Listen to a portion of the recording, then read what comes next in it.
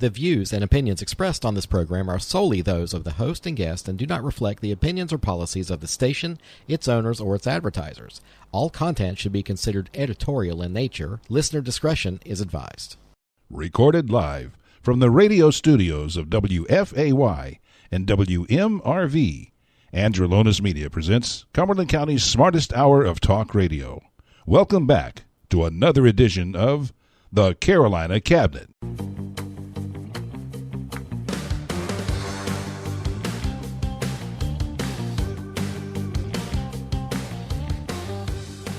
Well, everyone, good morning and welcome to the Carolina Cabinet. I'm Peter Pappas and I'll be your host this morning. We are proud to be the only homegrown conservative talk radio show in this region, and we know this is the smartest hour of radio. Our job is to give a voice to the conservatives of Fayetteville, Cumberland County, and beyond. This morning, we welcome host of the Cabinet, Pastor Joshua Goodman. Good morning, family. And special guest host, Leonard Bryant. Hello. Our friend is back. And joining us via video is Mr. Emmanuel Jarvis. Good morning, sir. Hey, everybody doing good today? Good morning. So we're going to dive into our show. We appreciate you tuning in and spending time with us this morning. Take a moment to like, share, or follow us on Facebook and look for us at thecarolinacabinet.com. And you can find links to our shows and how to listen on your favorite podcast broadcaster. Don't go far. We'll be right back.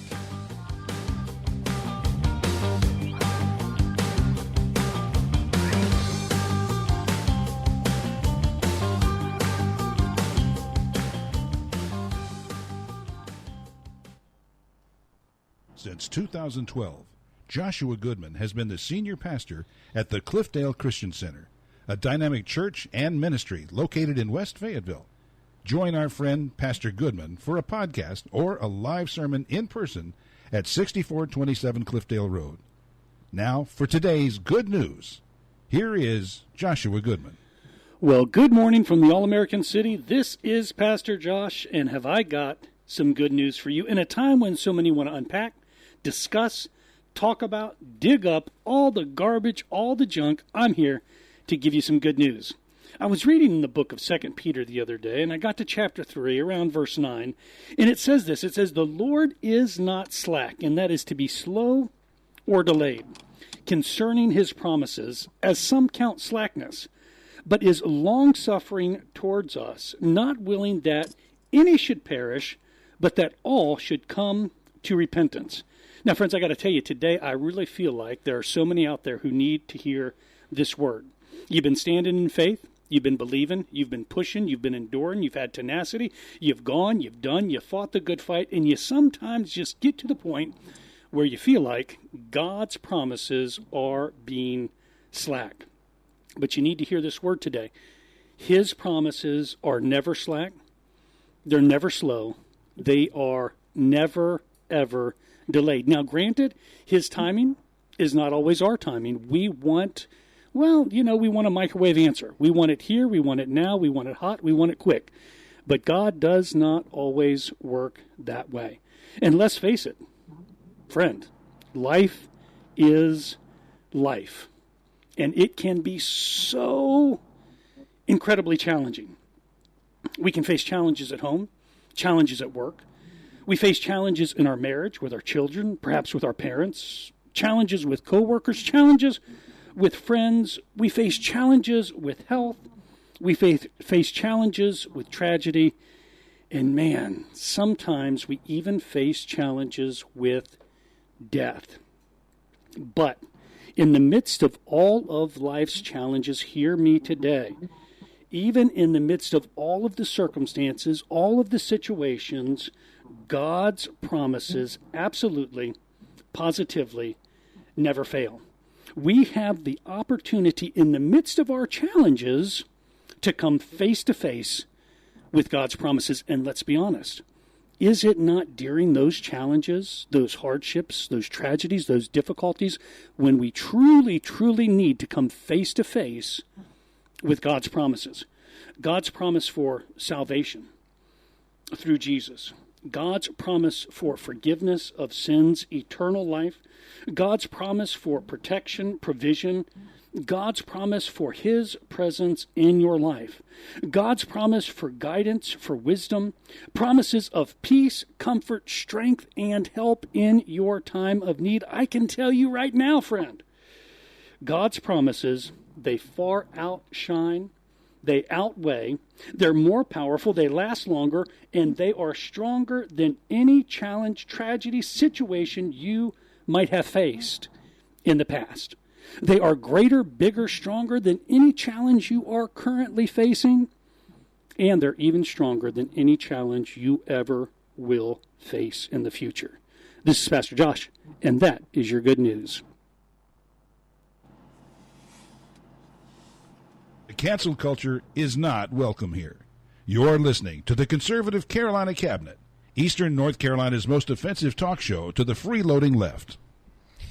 Well, good morning and welcome back to the Carolina Cabinet. I'm Peter in his studio with Pastor Joshua Goodman. Whoop, good morning. And Mr. Leonard Bryant. I'm still here. Still here. And we put baby in the corner today, didn't we? Sorry, Leonard. We put him About a hot window. Yeah, about a hot window. Yeah.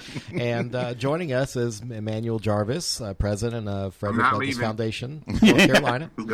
Not leaving, still there? Okay. So, well, Mr. Jarvis, we go around the room every week. We say, hey, what's the cabinet been up to? Because we're usually a group of, I would say, community-oriented people, to say the least. Moving and shaking. So, in the last week, I had a Greater Fayetteville Chamber board meeting, which is really boring and early in the morning, but much to their compliment, in and out 1 hour. I can't complain about that. That's not, look, as a man who's accustomed to board meetings, that's not so bad. It's a pretty efficient use of time. So if you have a volunteer organization and you're watching or listening, be respectful of your volunteer time. Yes. I mean, let them get in, get out. So that was a good thing. We had a swearing in. We have a new Board of Elections. I don't know what you called it. The board of the Board of Elections. So the board of the board got sworn in last week, and so as you know, we have a Republican majority in the state. So now the boards of elections of all the counties, all 100 counties in North Carolina, are now Republican controlled. There's 5 people on these boards, so it flips. So it's 3-2 every time. Yeah, So when the Democrats become in power again, they're going to have Democrat-controlled ones. So we did have a swearing in. So we have 2 new Republicans on the board, 1 stepped away. So we have some long-term experience there. Chamber After Hours was held at the main event. Y'all ever been to main event? I have never been there. It's like bowling and arcade, and it's too much. I short-circuited. It was like it was too much input, too many people. I'm like, I got to go. I mean, Jim had a good time. Yeah, if you got ADHD, it's like attention. Yeah, I was there for the food. I went, I ate, and left. So how was the food? It was excellent, yeah? I have to say. Very cool. They did like a Christmas in July. They're trying to get all of us business people to book like a Christmas party. Gotcha. I'll cook my own stuff. Yeah. But it was very good. We had, and somebody told Jim. Now, so Mr. Jarvis, I'm pointing to my producer Jim here. He's off camera, but somebody told him that prime rib has pork in it.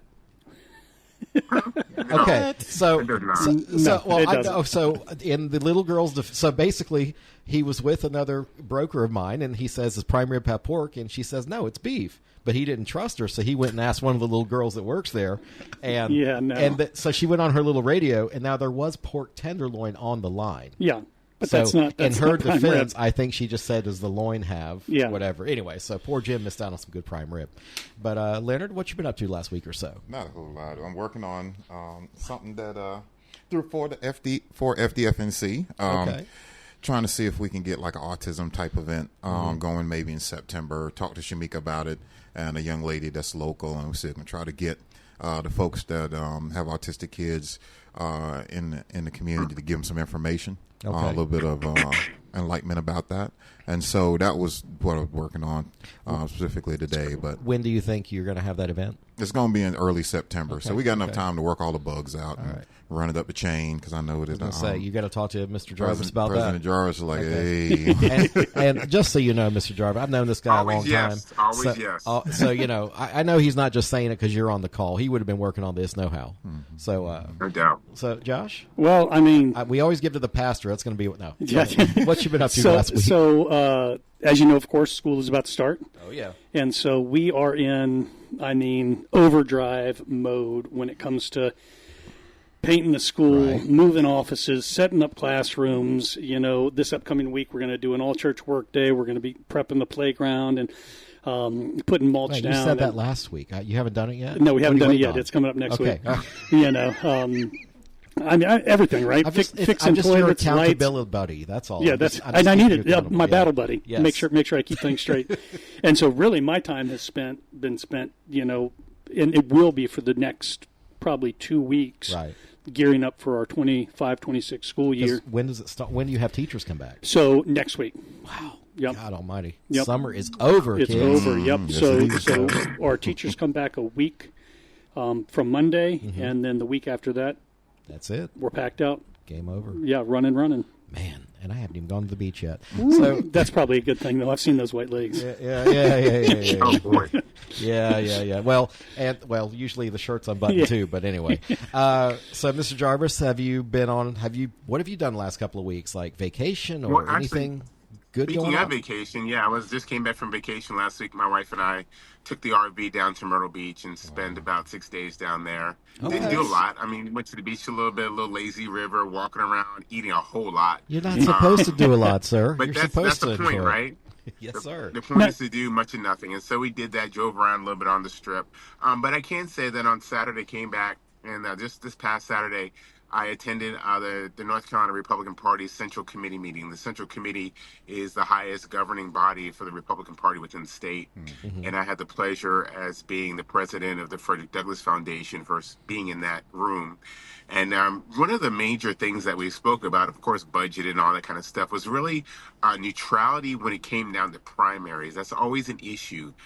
And how our leaders are supposed to act and how are they supposed to govern themselves when it comes down to multiple Republicans running in the primary coming up. And so there was actually a memo that was put out that says, hey, there are rules that we need to follow. And as leaders, we need to make sure that we're not posting anything saying that, oh, this is in my personal capacity, not in my capacity Right. as a leader. We just have to be very, very careful because we have a responsibility. And as a responsibility, we need to make sure that we do not have our thumb on the scales when it comes down to any Yes, of our sir. Republican candidates. So that's just a commitment that we've all made, and we're going to try to uphold to. Okay. Awesome. And I have and I want to talk about that more, but I have seen friends of mine on Facebook discussing the establishment versus grassroots, and so there's a lot of commotion right now in our state party.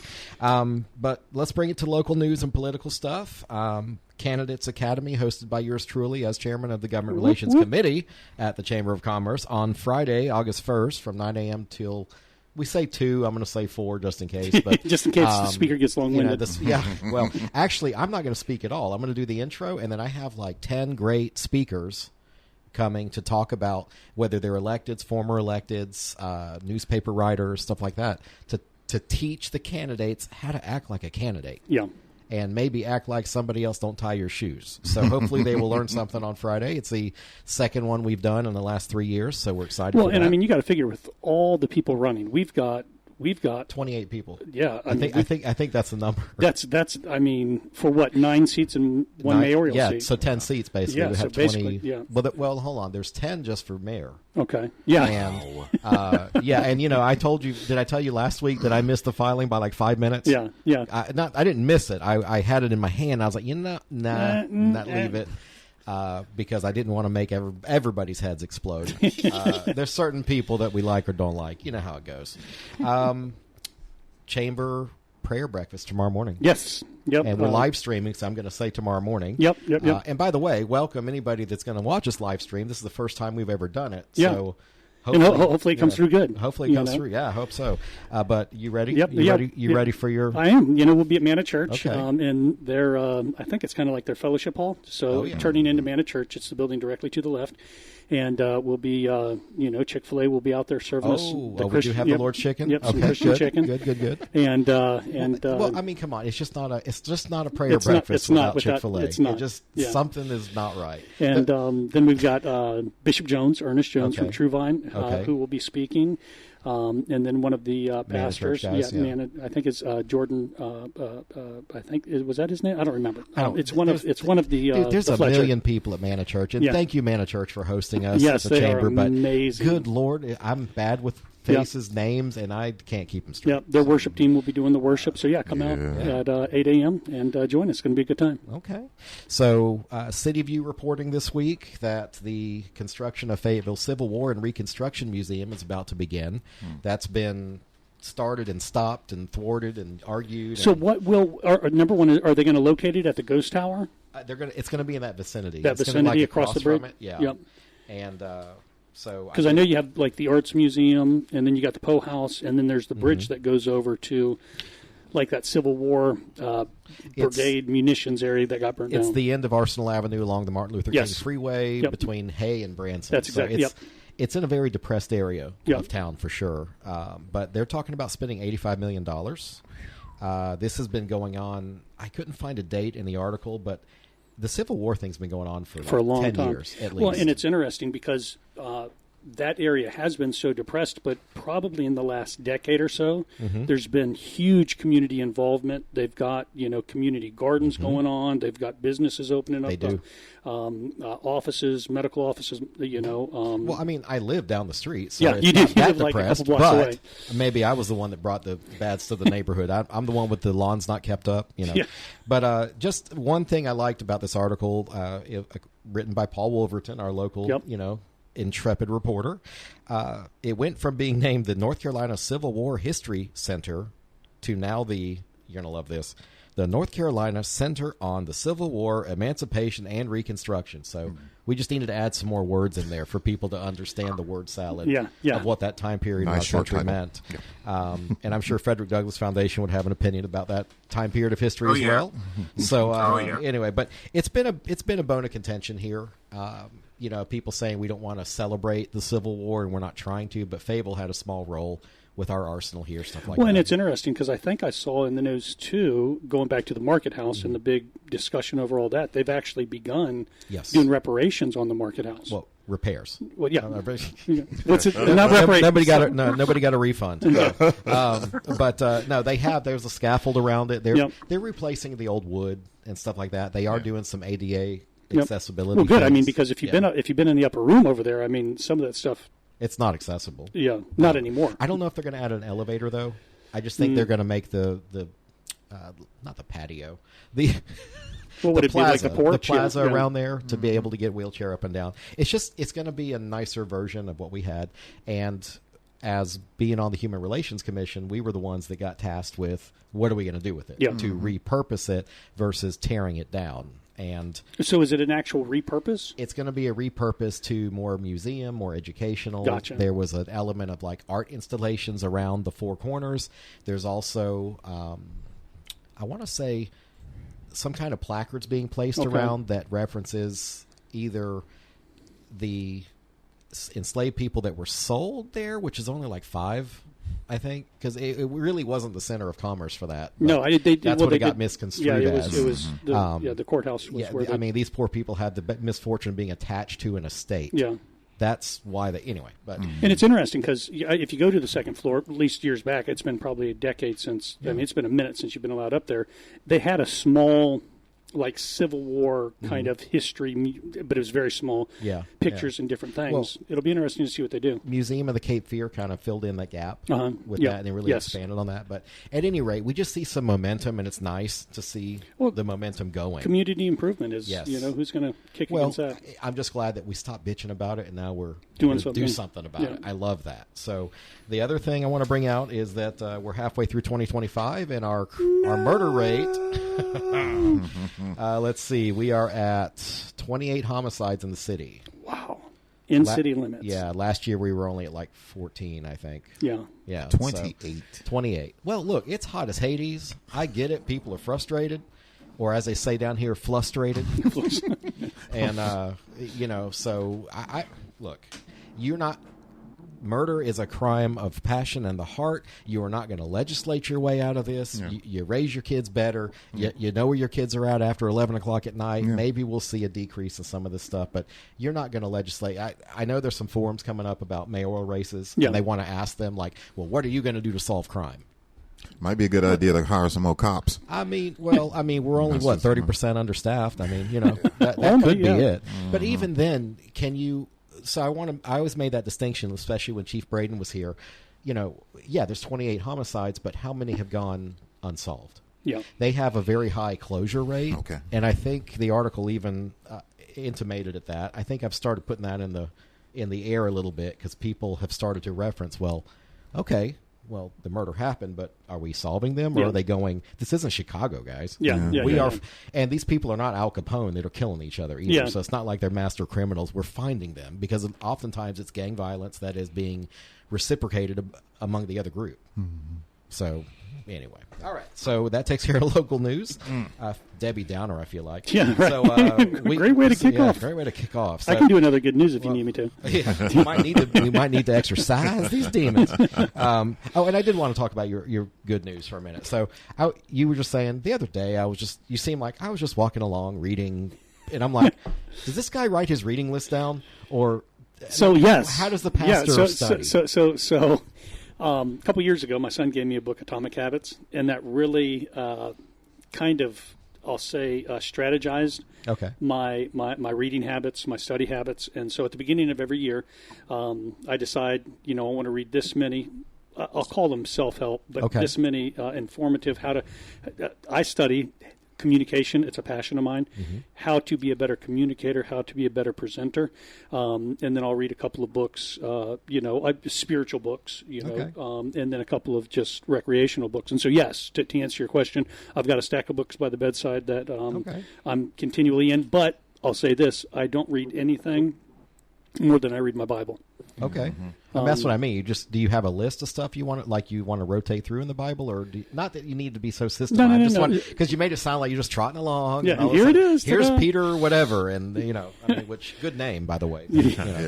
So it is. I mean, oftentimes during my good news, I'll reference something that I've taught on a Wednesday night or Sunday. Okay. I'm teaching a lot on the books of 1 Peter and 2 Peter, and probably, honestly, through the rest of the year, we'll go into 1st, 2nd, 3rd John, Jude, Revelation. Well, I won't go into Revelation because that's that's like a 3-year series. Right. But a lot of times I'll reference those, and it just so happened that when I was reading my devotional stuff, that 2 Peter 3 was in there about God's promises and how applicable that is to today. We're looking for the microwave answer. I like that. Yeah. We instant gratification, we Americans. Yep.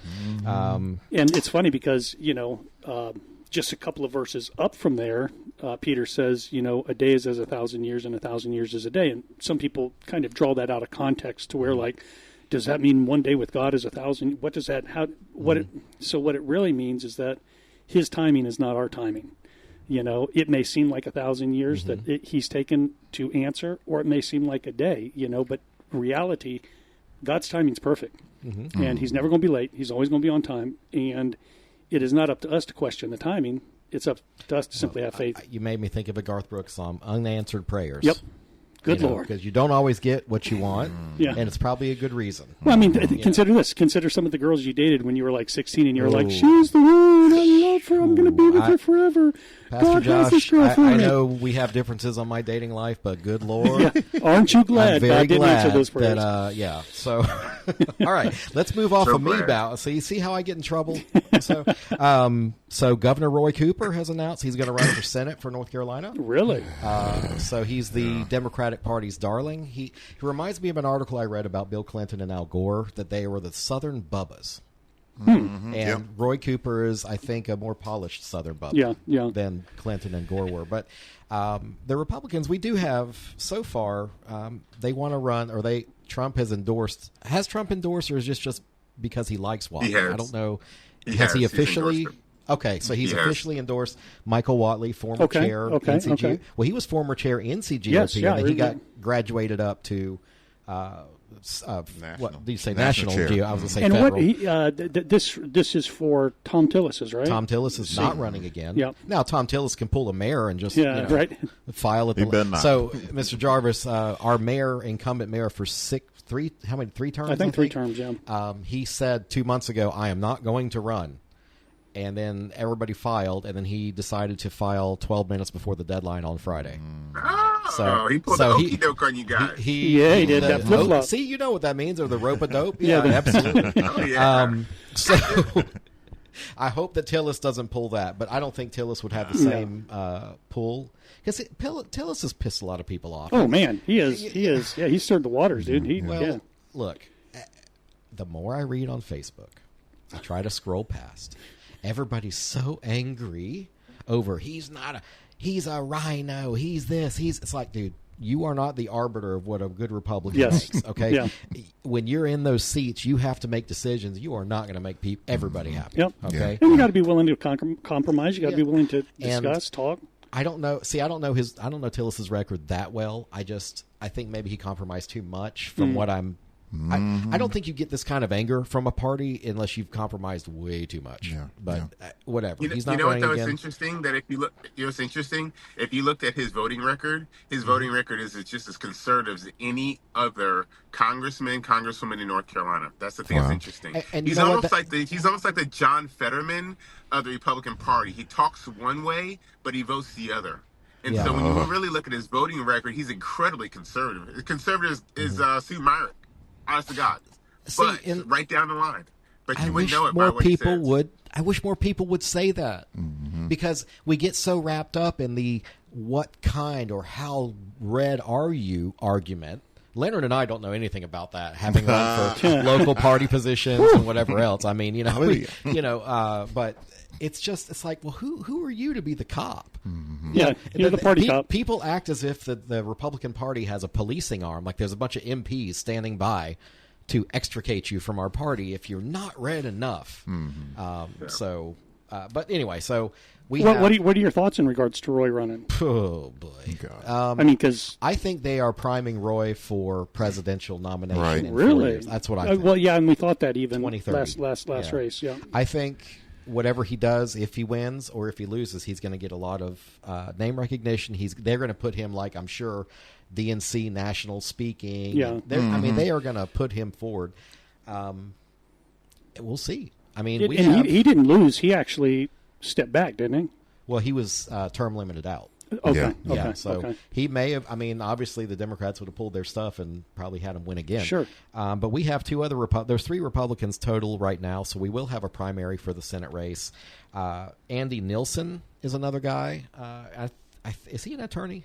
You guys know him? I don't know. I have met, and I know Don Brown is an attorney. He writes a bunch of military stuff. But I've met Nilsen and Brown. They came to Fayetteville. Shamika and the Republican Women's Club held a get together for them, and I don't know. And is this a rep seat or a Senate seat? It's a Senate seat. Whoa. And so, what do you think about? I've seen numbers of $100 million that they got to raise to run this campaign.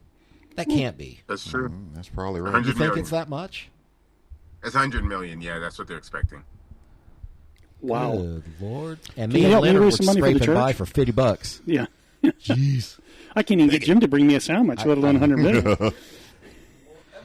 I'm going to bring it up every week, brother. It's just going to be there. In Jim's defense, he asked, and I said, no, I want to get there and set up because what ended up happening, we needed a piece that we forgot, and he had to run back to the office. So I got you. I'll forgive you. It'll happen. It'll happen one day, I promise. One day. And Mr. Jarvis, I have Baldino's Sub Shop. I have the best sandwiches in town. This is true. True that. But I get lambasted if I don't bring one. Yeah. So I just take one of those 4-inchers. I mean, I don't need the foot long or the fam. I just need Look, if there's not leftovers, it's not enough.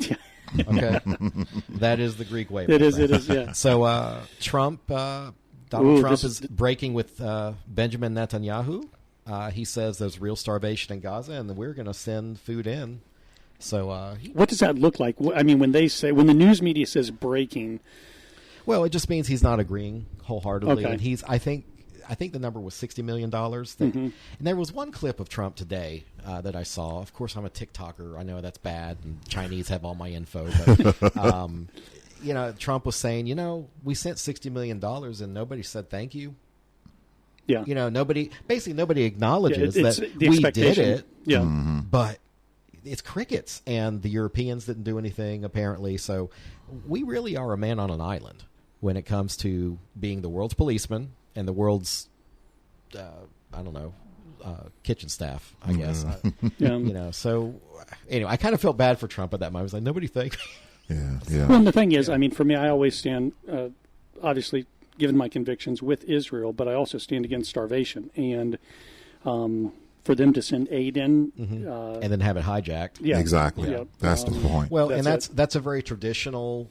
Look what happened in Somalia back in the 1990s. That's what they were doing. Yep. ID'd was stealing all the shipments, and then we had to send in the Rangers. Oh, brother, you're telling me I was raised in Haiti. Yeah. Well, there you go. Let me tell you about getting U.S. aid. Right, bags of rice, bags of beans, oil.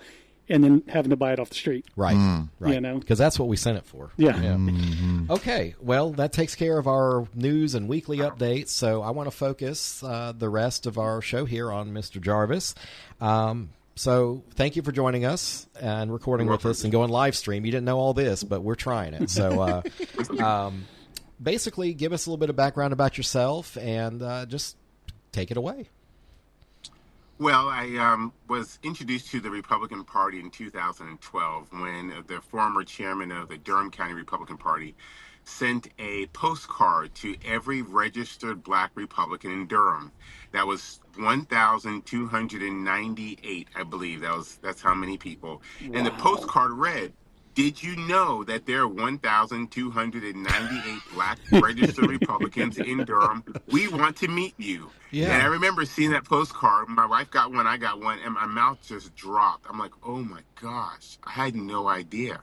So fast forward, before I know it, I'm a part of we created something called the Black Republican Committee.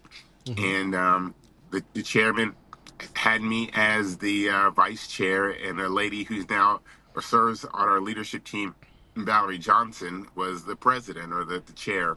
And so we worked together, and between the both of us, we really were able to grow the Republican Party in terms of Black engagement, almost 30% over the course of probably about 2 to 3 years. And then in 2014, the chair says, "Hey, I'm not running again in 2015. I'm like, "Yeah, okay. Sorry to hear about that." He says, "I think you should run." I'm like, what? No way. He says, yeah, you should do it. I said, no, I'm not doing it. And he worked on me literally the entire 2014. And it wasn't until about November, I said, "God, if you're opening up a door, and this is you opening up a door, why am I not walking through it?" And so my wife was like, "Yes, go. You can do it. You can do it. So I announced right around December of 2014. The election was in March 2015, and I won. And I served 4 terms, 8 years as chair of the Durham County Republican. I did both concurrently. And in 2023, an opportunity was given to me. It says, "Hey, your predecessor, Clarence Henderson, who was a civil rights icon in the state. He was the president of the Frederick Douglass Foundation. And he said he's going to be stepping down, and we're looking for someone to take his place." It says, "Would you be willing to do that?" And I says, "Heck no. No way. I have too much going on. I'm trying to actually reduce things in my life. I have all these titles and everything's going on." And then again, I started thinking about it. I said, "God, is this an opportunity?" And lo and behold, it has been the greatest advancement, I believe, that I've had politically in the 13 years that I've been in the political arena. And the reason why is that, truth be told, I'm not a political ideologue. I'm not a person who likes knocking on doors and putting out signs and making phone calls and who we're going to get the primary and who we're going to get 2026 and 2028. I'm not that dude. I'm a born-again Christian. I love Jesus with all my heart. When I evaluated the 2 major political organizations in our nation, and I was able to put the plan of organizations of the Democrat Party and the Republican Party, it was very evident to me that even though there's flawed people and there's flawed perspectives, the rule of what they're trying to do lines up with the Word of God more than the Democrat Party. And so because of that, that's the reason why I got into the political arena. And so when the Frederick Douglass Foundation opportunity came to me, it was an opportunity to shed all that political ideologue and all that political tribalism and just be able to say, look, man, let's just go after the heart of God on this stuff. And how can we serve our fellow man? And how we can bring true, authentic, biblical principles to people who maybe have never heard of it without the guise, without the banner, without the flag of the Republican Party as I walk up. And so I love the North Carolina Republican Party, have a lot of great friends. I sit on the Central Committee. It's amazing. It's an honor for me to do that. But I tell you what, it is a joy and a pleasure to be able to serve and to lead this amazing group of people. And we're really able to go after the heart of God and really serve people and find opportunities to show his love through politics and through governance. Okay. So I want to ask you a question. So when you first got started, you got that postcard in the mail, which I love that idea, by the way, Leonard. I think we got some writing to do. Yeah, that sounds like an idea. What were you doing for a living? Like, where were you at in your life? Did you have children? You were married? What's going on at that point? Good question. So I just celebrated my 25th year of marriage last month. So we're praising God for that. And, Good job. And I'm glad to say that our relationship is better than it's ever been going into our 26th year. We have 3 grown children. Our youngest is 19. We have a 19-year-old, a 23-year-old, a 24-year-old. Our 24-year-old we adopted. And he has a brother, okay. So we kind of brought him kind of in the mix as well, and he's 20. But they're all grown. And for our age, a lot of our friends our age have kids in middle school. And so when they look at us, they look at us with envy. I'm one of them. Yeah, they look at us with envy, like, what? Like, how you doing that? And so that's how it's kind of worked with us. We kind of didn't get started early, but we married around in our early 20s and immediately started popping out kids in 2005. And so now here we are in 2020. Look, you pay now or you pay later. There you go. Right. So we pay I'm early, looking at you we guys. pay dearly. But by the grace of God, he has been able to keep us. And we're also pleased to say that we are brand new grandparents as well. It's even hard for me to even go ahead. When I look in the mirror, sometimes I look like a grandparent, sometimes I don't. It depends on the day. I can tell you what, when I wake up in the morning, I definitely look like a grandparent. But sometimes, I get myself together, I'm like, really, me? But yeah, we are grandparents, and it is a joy. They say that every man should be a grandparent, a grandpa, before he's a dad. And I have really understood exactly what that's all about. So before I was into politics, I was really into sales. I was an operations manager. And so sales has been something that I've always done. I got out of high school, went directly into college as a music major because that was a large portion of my identity. That didn't last long. Came home and my dad says, hey, any person who is wealthy today sells something. He says, look, you look around. He says, I don't care if you're a doctor or a lawyer, that's not rich. He says, if you look at people who are really rich, they sell something. I said, yeah, you're right. So that means I need to start selling something. So even at the age of 19, 20, 21, I was always in sales. Did pretty well at it, and so kind of just moved through that. And so even today, when my wife and I own this farm here and our nonprofit and things that we're doing, we're still selling. We're still convincing and talking to customers and using those communication skills and those leveraging skills to be able to get the things and draw customers to our farm. Sure. And by the way, prime rib has no pork in it, by the way. I just want to let you know for the record. That's right. So, and the reason I asked you, like, where were you at in your life? Because I want people listening and I want people that are reluctant to get involved with the party or be around politics. Like, you started from everybody starts from being a novice anyway. Well, nobody knows what they don't know when they start coming around these things. But you were my point with you was that you had this was 13 years ago, right? So you had a family. Yep. I mean, you were in the middle of working, putting food on the table. We usually say, those of us that have run for office, is that we have to speak to the voters that they don't care about politics. They can't care because they have to cover their mortgage. They got to put food on the table. They got to make sure their kids are where they're supposed to be. So it's a very special subset of the population that even is willing to be open to political anything. Oh, absolutely. And so I want people listening to know that you can do it. Mm-hmm. You just need to find your tribe, pretty much, and I think you did. So it sounds like you did. I mean, you're already in a state party position and all that stuff. So anyway, so that brings me to, oh, Lord, tell me about just about Frederick Douglass Foundation. Now, you are the president. Now, where is it headquartered in the state and then nationally? Good question. So the organization, the foundation, is a nonprofit. We are basically, if you will, nomads. We have there's really not a physical office. We have a virtual office. Our leadership extends all the way from Shelby to Cumberland County to Raleigh, to Johnston County. I'm here in Durham. It's such a joy when we're able to get together, because we're talking on the phone and we have our Zoom meetings and things like that. But for us to be able to be in the same room with one another, whether it's a Christmas party or at the NCGOP convention or other events, it's just always great to be able to see one another. But the Frederick Douglass Foundation was actually birthed in North Carolina. And it's really based upon three tenets. Number one is this really giving strong nuclear families in the Black community. That's the number one thing that we're really focusing on, because that has been emaciated so badly, and we're seeing the ramifications of that in every one of the subsets that we can look at statistics. So number one is strengthening the nuclear family. Number two, that kind of leads to that, is giving parents choice in education. By the way, we don't call it school choice. We call it parent choice, parental choice, because the school's not choosing. The parents are choosing.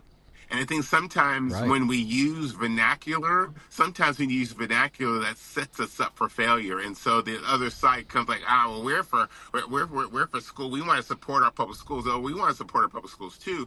But the fact of the matter is that our children, all of them are individuals. They have individual learning styles and habits. And so this child was not created for the school. We feel the school was created for the child. And the thing about it is, as Marco Rubio said many, many years ago, the rich already have school choice. Right? If they want their kids to go to a very expensive school, they can spend $26,000 and have their kid to go. But if there's a poor single mom that's living in a neighborhood that she can only afford, then guess what? Her child's going to go to a school that is reflective, sadly, of that neighborhood. And if we're able to give even a portion of that woman's tax money back to her for her to choose a better option for her child, that's going to have a better outcome for society, because that child is going to be able to grow. It doesn't have to be private school. It doesn't have to be charter school. It doesn't have to be homeschool. It can be hybrid. It could be public school. It could just be a different public school. But the fact of the matter is that we believe with the Frederick Douglass Foundation is that parents know best on education for their children.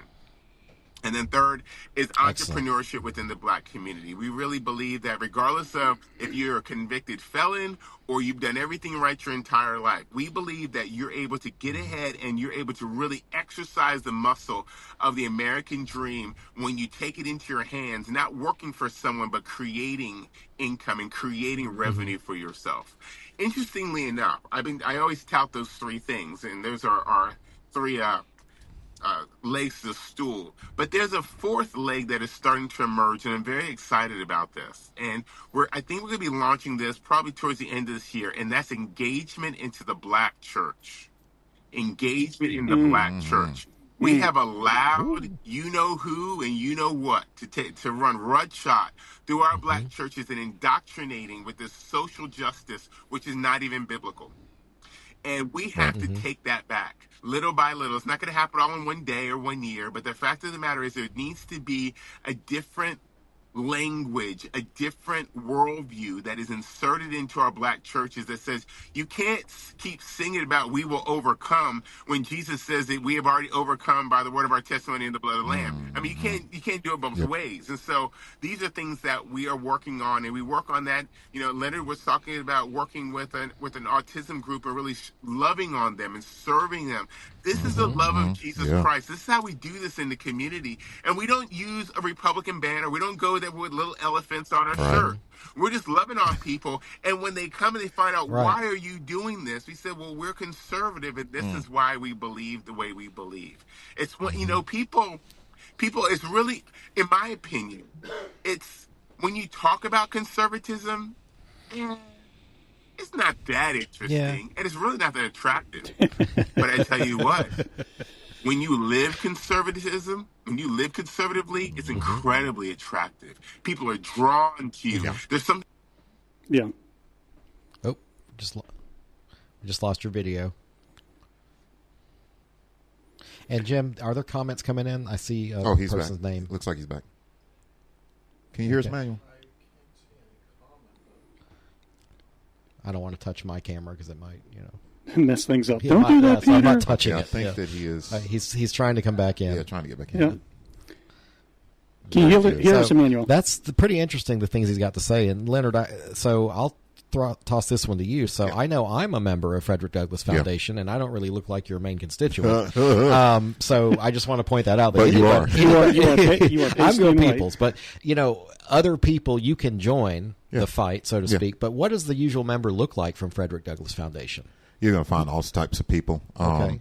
I work with Abdul Ali, which is the operations director for the Frederick Douglass Foundation. He introduced me to a lady, dear older Scottish lady who tried to open up they opened it. They had to go to HM Educational Maintenance Organization to do it, to open a charter school in Moore County.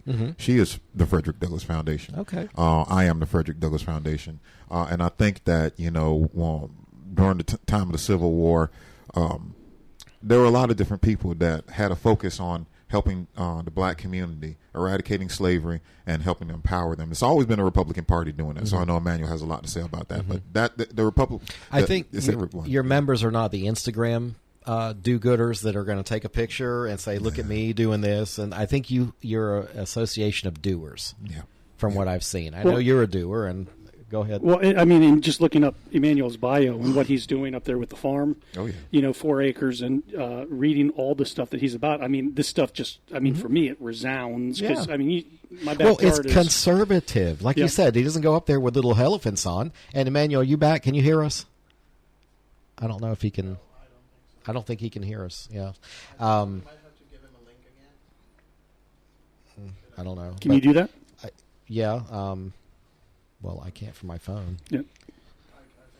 You think you can do it? Okay. So it's conservatism. Yep. And that's what it was always a conundrum running for office in Cumberland County, which is very blue. I'm going to say these people, the Democrats, go to church. They believe supposedly in the kingdom mindset. They believe in man and woman and the nuclear family and all that good stuff. And then where does it get lost? Yeah. And then you have preachers. Do you remember?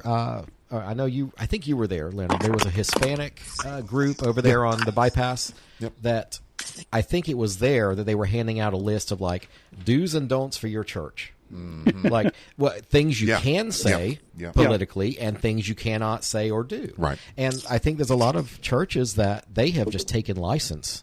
And they're doing a lot of stuff they shouldn't do. Yeah, of course. Yeah. But it doesn't mean that you can't get into those churches and speak. I know that the ministers are going to be reluctant. I mean, it's a tough sell. It is. It is. I mean, so.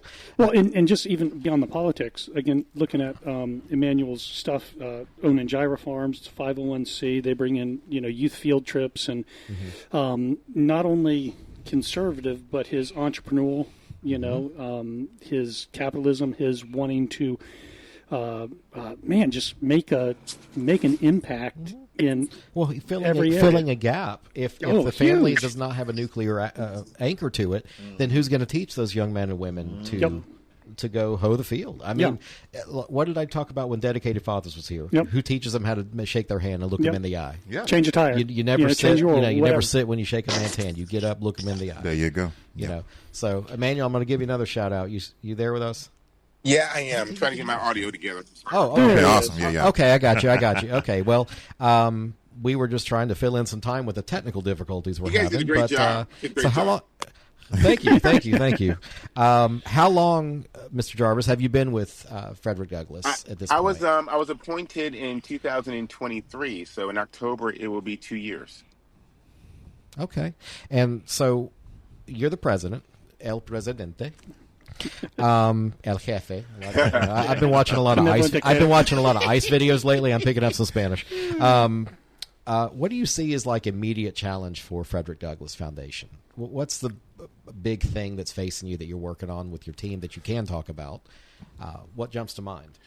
Well, I think really the engagement in the Black church is the hardest thing. I think that for so long, as I think you guys were talking about, for so long, there's just been one voice, one worldview that's been really taken over. And so to be able to come in and to speak with pastors, I mean, we have communications with pastors. Some of our leaders do, and they say, they're conservative, but they can't really say anything. They're poor. They can't preach it. Because and the thing about it is, what we've come up with is this. There's two things, I think. The whole 501c3 in churches has really put a shackle around the necks of pastors, preventing them from speaking the truth, number one. And then number two, the fear of losing congregants, a.k.a. money, has also stifled them as well. So we have to kind of reevaluate as the American church, why are we even getting together? Are we just a social club like a Ruritan club, or we're here to spread the word of God regardless of how it falls? And, our pastors really have to be able to regain a level of courage to say, you know what, I am speaking the word of God regardless of how it falls, regardless of how you grew up. It doesn't make a difference to me. That's not my job. My job is to shepherd. As a pastor, you're shepherd. And a shepherd not only feeds the sheep, not only protects the sheep, but it also gives boundaries to the sheep so the sheep don't go anywhere that it shouldn't be going, get itself killed. And sadly, we have pastors that are willing to feed sheep, but they don't want to tell them, no, that's a bad idea. No, that's a bad thinking. No, we don't go that route. Yep. Right. Well, because like you said, they risk income or money, but otherwise, if they don't take a stand, I mean, church is just a meeting to have other meetings. Social clubs, yep. Yeah, and that's I get that. Is. I mean, that's increasingly, that's why we see unaffiliated voters growing as a block. People don't want to belong to things anymore. They don't want to be in the Ruritan Club, the Lions Club, all this stuff, because they don't want to participate as a group. And everybody wants to be individual. There's a commitment. There's also, you have to kind of lay down your own individuality. If the Ruritan's Club is saying, hey, we're going to pick up trash on Saturday, we, not you, not I, it's not because I want to do it. We as a group, we're doing it. You have to say, okay, I have to lay down my personal agenda and get a glove and get a trash bag with my group that I'm a part of to pick up trash. And so we have this very individualistic, I want to do what I want to do. I want to live my life. I want to make my own money. I want to do this. I want to do that, so much that we don't even want to be a part of civic organizations that do good in our community. Right, right. That's unfortunate. I mean, look, anytime we've done a group activity so Leonard and I are associate members of the Republican Women's Club. Yeah. We are not Transformers or anything. They're the only ones who would take us. So. We do not. Yeah. But we're associate members and we do activities with them. I mean, come on, you put out signs for each other. We stood up at polls for each other. So I think once more people get exposed to those organizations, if there's some fellowship there, because I have to admit, we go to those meetings because we're fed well. The ladies do cook for us, and there's always food. But the fellowship is there, food is there. Shamika's an activist, so Emmanuel knows that about as well as anybody. So she is about getting some stuff done. Yeah. Yes. Oh yeah, she is a force in like 5 foot tall package. She is. But I think the more that people go around, we might. I hate that, what are you going to do, more flies with honey thing, but we just have to do it over and over until we convince people to come into the fold. Yeah.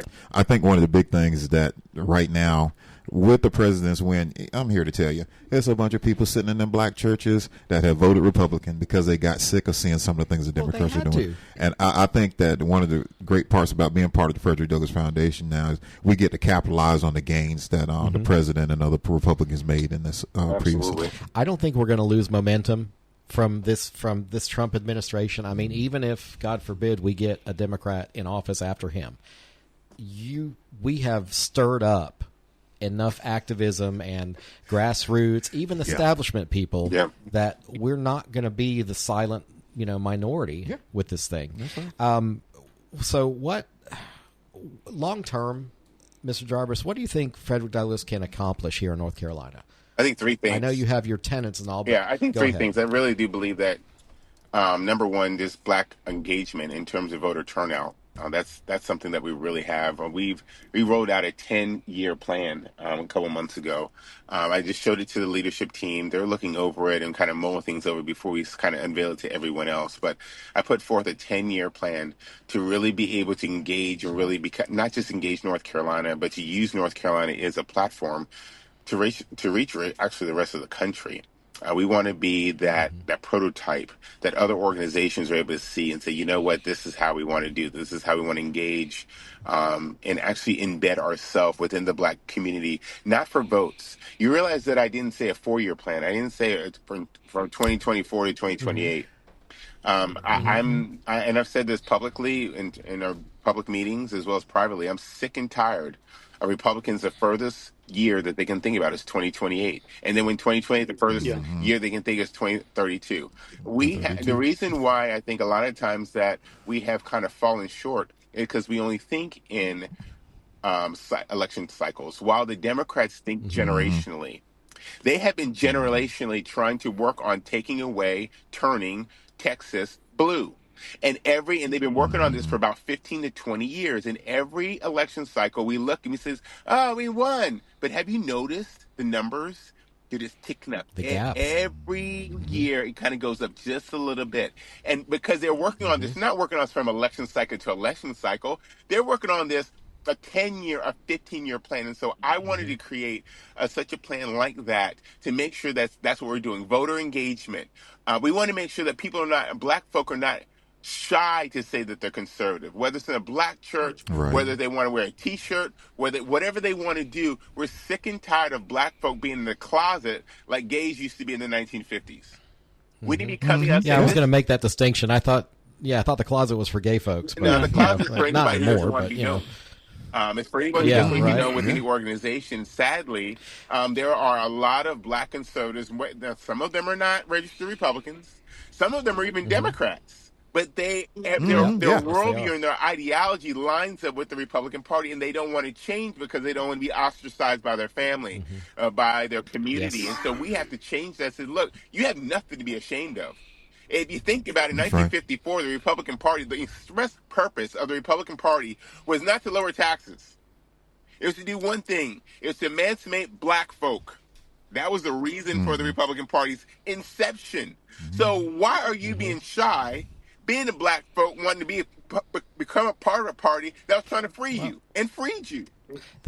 They have better marketing. That's the problem. And they're getting people. And I've told people this before, but like when I ran for commissioner, I utilized Democrat consultants in the very beginning because all I heard from one side was direct mail, and contact this and do that, all this big money stuff.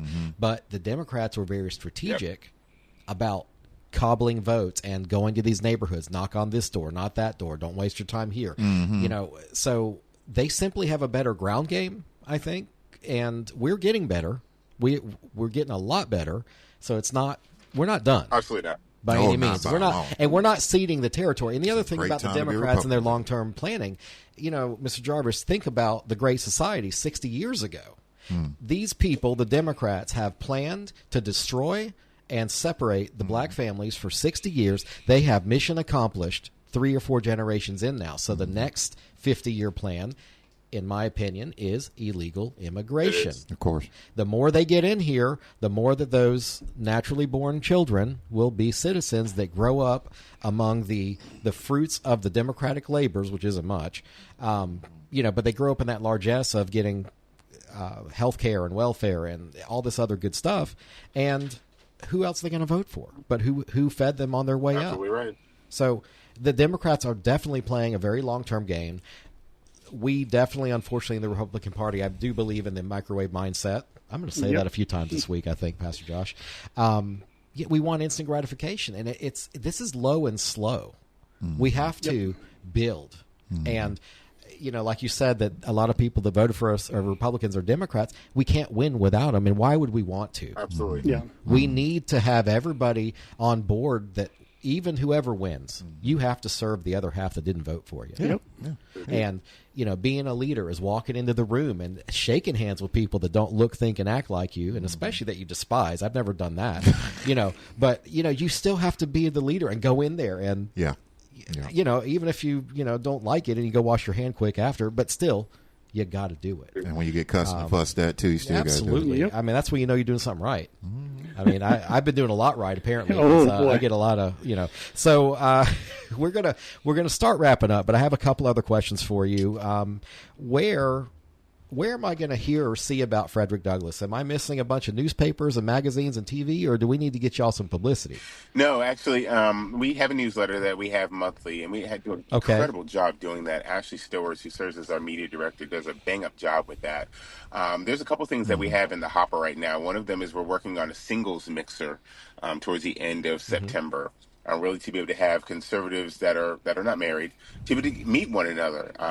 We believe in marriage. Well, if we believe in marriage, we need to create opportunities for people to at least meet one another for that purpose. Right. So excited about that. Also here in Durham, we're looking, and also maybe even Charlotte, trying to put together some debates for city council for these elections that are coming up. And one thing that we've learned is that when we go to the inner city and we say Frederick Douglass Foundation, a lot of people go, they kind of squirm a little. They don't really squirm. They're like, I don't know. So what I've developed is working with other side Black nonprofit organization on the other side, the NAACP. And the reason why I'm able to do that is because I'm really good friends with the president of the Durham chapter. And because of that and because of a relationship, we're putting together, working on right now, a city council a debate. And it will be the Frederick Douglass Foundation and the NAACP Durham chapter. And so that'll be able to bring people on both sides of the aisle together. There won't be kind of any concern about, what kind of questions he's going to be. They're going to be right down the middle. But the bottom line is that we just want people to be informed when they're going to the polls and not just voting for a color or a letter behind someone's name or anything like that. So are you doing that pre-primary, or are you waiting till the primary goes to hold those forums? No, we want to go ahead and do a pre-primary. So we're trying to get them done probably before, probably September as well. And this is Charlotte or Durham? Right now, the one that we're looking to nail down is Durham because I have the relationship. Okay. But because we have the relationship in Durham, we're working on the state level to see if there's any other primaries that we may be able to come and put together around the state. Okay. Well, so the reason I asked, so in Durham, so in Fayetteville, we have the 10 mayoral candidates, and then each one of the 9 districts has at least 2, if not 3 or 4 in a couple of the districts. So are we seeing that same kind of activity in Durham as far as the filings? Not as much. Roster? Not as much. I think there's 3 individuals running for mayor. Including the incumbent, so that's really not that big a deal. Actually, I think it's 4. If they want some extras, we can send. Yeah, we got a few extras. We can send some. And then city council, all of them, all the wards have at least 2 people running, so there's no one running unopposed. But it's not ridiculous. Okay. Good. Well, no one should run unopposed. I mean, I don't like the unopposed runner because it's like a tacit approval that they've done something great, and all they've done is manage to hold on to their seat and not piss off enough people to have somebody file and run. Okay, so Frederick Douglass Foundation, can I Google it? What's the actual website? Yeah, it's fdfnc.org, fdfnc.org. And so I would... And we'll post that. Yeah, I'd really encourage people, if nothing else, to sign up for a newsletter so you know what's going on, all of our events, what we're doing, what we're working on, what we've done in the past. We had a lot of our leaders just coming from D.C. I had a Black Conservative Summit with the Black Conservative Federation, incredible. And we actually had Dr. Pearl Burst Floyd, who serves as our vice chair, our vice president, actually on as a panel in education. So it was really amazing for a good portion of our team to go up there. So we're moving and shaking, got a lot of things going on. There's something called SAS to Class that we're also working on. We've done one in Durham. We're looking to do another one. SAS to Class is a biblical women's etiquette class. Biblically, women's etiquette class. We just see that in our society, especially in our inner cities, that women have never been taught how to dress, how to carry themselves. And so We want to be able to fill in that gap biblically and to be able to give not just tips, but we want to give clothes. We want to be able to give things to people so they can walk away, not something in their hands saying, you know what, I could wear this next time I go to an interview. I can wear this the next time I go out. Right. I know I should be putting a bonnet in my hair or slippers on my shoes when I'm going out. There's things, there's decorum. There's something that we've lost in our culture. There's two words. One of them is called honor, and the second one is called shame. Shame and honor are no longer in the American lexicon for whatever reason, and it shows that we have to bring those two things back. Absolutely. And unfortunately, you're going to be digging into my TikTok algorithm because, I mean, that's what I wake up seeing most days is, people losing their absolute tempers over nothing. Right. Nothing burgers. I mean, anyway, there is a general lack of decorum. I like that you use that word. I think I've used that a couple times. And I think it goes back to. Mute the. Hold on, okay. I think it goes back to the home and, just people kind of free range raising themselves, and this is what we get right now. So, and being on the other side of the counter, withstanding some of those behaviors, I could appreciate a little bit of teaching. But if you're looking for extra fabric, we can find a place here to donate plenty because some of these girls need lots of fabric extra. No doubt. So, all right. So my final question, this is an easy one for you. What word would you use to describe the current political climate we're dealing with? Is there one word that comes to mind that just sums it up? Dynamic. Okay. Always changing. Always changing. I would say. And it's not changing a little. It's changing a lot. I could say volatile, but I like the word dynamic a little better. Dynamic's a little softer. Yeah, I like the softball in. That's good. You must have some marketing background. It just sounds better. Yeah. Diplomacy. Yeah. He's a diplomat. I like that. So, Josh, Leonard, what do you got for our guest? How can we? So, like I said, looking at some of the stuff from the bio, how can we learn more about? Because, like I said, I'm real interested. I saw the farm. Gyra Farms and stuff like that. How can we, get connected and find out more? Wow. Well, yeah, we have a lot going on. So Gyra Family Farms was created about 8 years ago. We are a livestock farm. And we were a livestock farm not because we wanted to start a farm and sell meat. We just wanted to live better. We wanted to eat better. And the more and more my wife researched food in America, we found that we're eating poison most of the time. And so we said, she says, we got to do something different. And so she started going to farmers markets, trying to get vegetables and things. And she came home and she said, I can find vegetables and fruits and stuff, but I can't find meat. I can't find chicken. I can't find pork. I can't find these things that we like to eat. And she says, well, there's two things, Emmanuel. We're either going to go vegan or we're going to start our own farm and make our own. I said, well, I ain't going vegan, so I guess we're going to start. Amen. So we started with... and all the real men said amen. Yeah, we started with eggs. We went from eggs to chicken, chicken to pork, pork to beef, beef to goat, goat to rabbit, rabbit to turkey, turkey to duck. And so we do a lot of different things here. And so now but we wanted to be more than just selling meat. We wanted, Gyra Family Farm is a ministry cloaked in a business. And so we have a lot going on. We have an Airbnb on site. We have an event space that we do. We have a store here that people can come and pick up meat. We sell ice cream. We have a summer camp that's going on right now. It's our 6-week road trip. Yeah, we got our summer camp we got going on. We rent out our pool, believe it or not. So the swimming pool, people come and the pool. Believe it or not, my wife says, I pray that our pool becomes a baptismal pool. I'm like, okay, wow, come on. All right, I like that. So I mean, we have hundreds of people who come on the farm, whether it's field trips or tours. We're always welcoming. But the bottom line is that we just want to manifest the love of Jesus Christ in nature. And so, yeah, we're selling hamburger meat. Yeah, we're selling eggs. But the bottom line is that when people come to this property, this small 4.3 acres, we want them to feel the love of Jesus Christ and to get closer and closer to him. So we just use as many apparatuses that we can to do that. Well, I can tell you can expect a couple of visitors within the next little while because me and my wife, we've got a little backyard urban homestead where we got chickens and rabbits and all that stuff. So always looking to further that. So me and my wife will be up there to visit you one day. Absolutely. Yeah, we have classes and all that. So the website is good, gyrafamilyfarm.net. We started a wholesale division called Feeding the Triangle. homegrown.com, and that's basically through a grant, USDA grant that we received that allowed us to be able to not direct sell, but we're able to get compensated through U.S. government, but to be able to give directly to food banks in need. So a lot of these food banks, excellent. they were they're giving vegetables and things out, but the only protein in the whole box was a jar of peanut butter. And so now we're able to provide ground beef, ground pork, eggs, things like that in that. Now, sadly, that program just got cut via Doge, and so we are believing God for our next opportunity. But we have full faith that He will. He brought us this far. He will not let us go where we are. And so we're excited about the opportunities of what the next chapter is going to be for that wholesale division. Excellent. Well, Mr. Jarvis, we have thoroughly enjoyed having you this morning. We've kind of broke the 60-minute rule, but we're about an hour 10. Are we still live casting? No? Whatever. We'll figure that out later. So I do want to say thank you to my on-air cabinet members, Pastor Joshua Goodman, Mr. Leonard Bryant, and my producer Jim over there in the corner.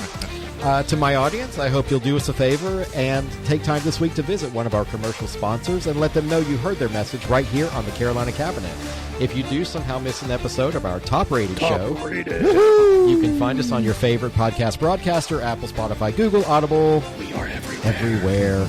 Look for us online at thecarolinacabinet.com. You can find all our videos and links. Thank you again for tuning in this morning. So until next time, we are the Carolina Cabinet.